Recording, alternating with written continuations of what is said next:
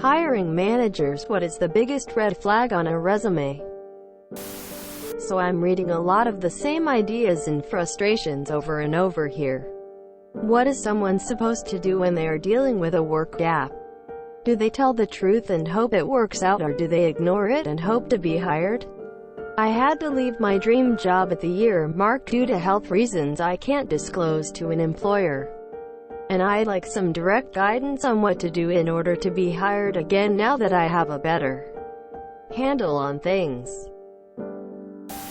When people apply through Facebook Jobs and it pulls the info from their profile, you end up with shit like "went to the University of Life" or "I only work for Emmy and no one else" as a headline on their application.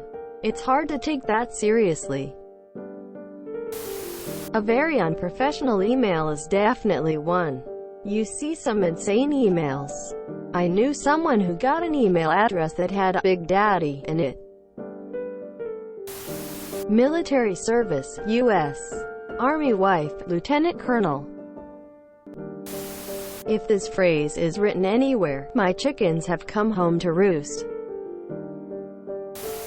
I once had a guy submit a resume saying that he could not work with women or speak to any woman due to religious reasons. I'm all for being tolerant of other people's beliefs, but this was for a customer service job. If you can't interact with women at all, then maybe this wasn't the kind of job he should have been applying for. The guy who applied for a design job and attached a photoshopped image of him as a centaur comes to mind. Also typos. I was hiring a very senior level person who seemed like they could do an amazing job, but there were several typos on her resume. I asked the recruiter to let her know, listing every single accomplishment from high school and/or middle school. When you've been out of high school for 10 plus years, had a guy list every part he got in a musical play, sports he played, with scores, clubs he was a part of, etc. All of these dated from at least elementary school on. The man was 50 plus. The job had nothing to do with any of these items. I once got a resume that listed under his awards section champion and master of the chug and tug at some dumbass ASU fraternity whose name I can't remember. I'm still not 100% certain what the fuck that is, but I know I didn't want it. I used to do the hiring triage for a university library. Gearing up for the fall semester, I'd have to read through 500 plus applications. My record was in the 750s. For a usual 30 hires, used to get some terrible ones. The most common were L33T, TXTSPK, all lowercase, all caps, 3-word answers to multi-part questions, no federal work study award. Not an indication of a bad applicant, but we were clear up front that we couldn't hire anyone without it. Simply couldn't afford it. Since a student with WS cost us about 1/3 what an hourly student would. Terrible availability. Also not an indication of a bad applicant. But if you say you're only available for 2 hours Tuesday, Thursday, and every other Wednesday, don't expect a call. Ignoring the questions about putting things in alphabetical or numerical order. Doing them but obviously not reading the directions. Ascending versus descending order. Or, to a lesser extent, getting them wrong. Normally, calling to check up on your application was an immediate bump up to be forwarded on for further consideration, assuming availability and WS checked out. But if you had your parents call, came in one day, I worked 4 p.m. to 2:30 a.m. to a blinking light on my phone, indicating voicemail. Checked it. Several messages. First message, 8:30ish am, was from an angry woman demanding I call back by 12 to explain why we hadn't hired her son. Second message, 10:30ish am, same woman, snarling that I hadn't called, and that she would have my job because her son had work study. Therefore we legally must hire him. Lol. No, because he wants to work in the library. Third message, 11ish am, from my supervisor, wondering if I could find the son's application, as she'd gotten an angry voicemail from the mother. And when she looked in my files, she hadn't seen it anywhere. Other normal messages followed. Well, since this woman demanded I call before 12, I was all gung-ho to call her at 11:45 p.m. to explain my work schedule to her, and that I couldn't legally discuss her son's application anyway.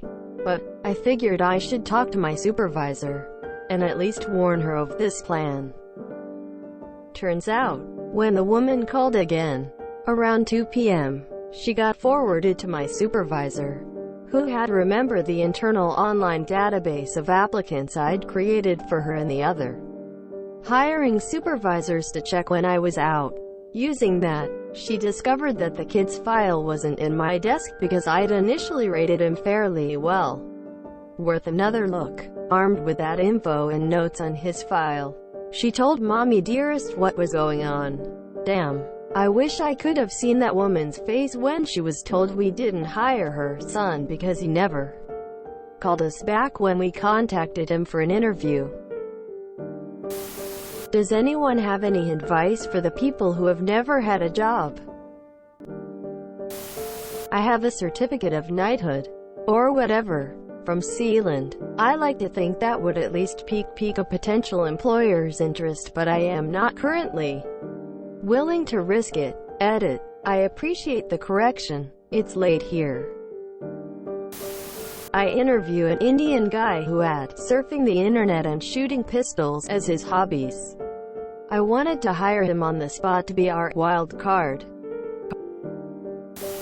I was a manager at a trampoline park when I was 16-17 and did all the interviews since the majority of the applicants went to the same high school as me.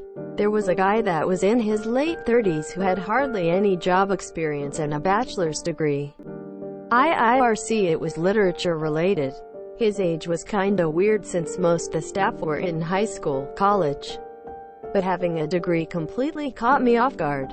Asked him why he wanted to work minimum wage when he had a degree. He explained that he was going to be a teacher but they wouldn't hire him because of his criminal history. He proceeded to tell me he had sexually assaulted a child. He was applying for a job at a kid's trampoline park. Looked on the cameras before he left since he gave me a really bad feeling and saw him taking pictures of kids. He left before I could confront him. So I gave his resume and a hard drive with the entire recording of his visit to the local police department. Edit. Obligatory thank you for the award. Not an employer, but failed miserably to get a high school job. I thought I was doing everything right. I mentioned previous volunteer experience, work ethic, and always came dressed in a button-up shirt, slacks, and a tie for interviews, or even asking about a job. After a year of getting turned down by Taco Bell, KFC, and really any good high school job, I found the issue. Under the previous criminal charges section I put assault and battery. 17-year-old me had a loose grasp on the legal system and didn't realize that getting arrested for a fight is not the same as being charged with a felony. I had been arrested on an assault misdemeanor, but never charged. Unfortunately, that revelation didn't come until I applied for military service and was told my felony charge was a permanent disqualification. People keep saying gaps in work history, but honestly guys, make sure you inquire about it before just writing someone off. I had a guy who had a year or two gap in his resume. Most people would just write this dude as well, obviously there's something wrong with him. Well, there was. The dude was diagnosed with brain cancer and had to go through intensive treatment. He lived but came out the other end jobless. Couldn't find work afterwards because of the gap. I could tell he was a smart dude who just had a bad hand of cards.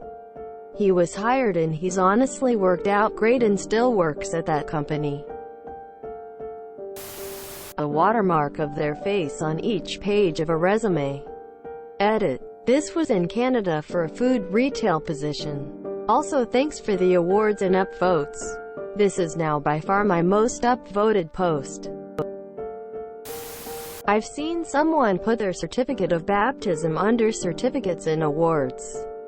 Edit. Well, I didn't expect this comment to garner this sort of response. Maybe I should add that the job had absolutely nothing to do with religion, which is why the baptism cert seemed so out of place. One thing I've always wondered. Often ask a person looking for a job how the interview went, and I'm always told how great it went. Then no callback. Are hiring managers just making the applicant feel good at the moment about how the interview went? Or the person I'm asking just reading the situation wrong? Either way, very depressing. Doesn't stop me from hiring anyone, but changes things up when someone says they speak another language. If it's Spanish, you'll be interviewed in Spanish. Sometimes that goes very poorly for the applicant. If you enjoyed this video, please check out our playlists full of similar content. Epic Aircast is like doom scrolling for your ears. Please like, share, and subscribe.